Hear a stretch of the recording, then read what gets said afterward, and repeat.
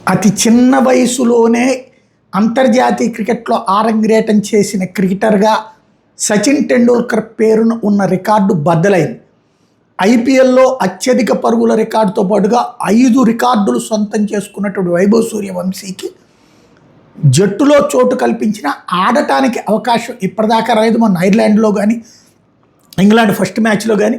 అయితే వరుసగా సంజు శాంసన్ విఫలమవుతున్నటువంటి వేళ అతని ప్లేస్లో ఇప్పుడు రీప్లేస్ చేశారు వైభవ్ సూర్యవంశీని.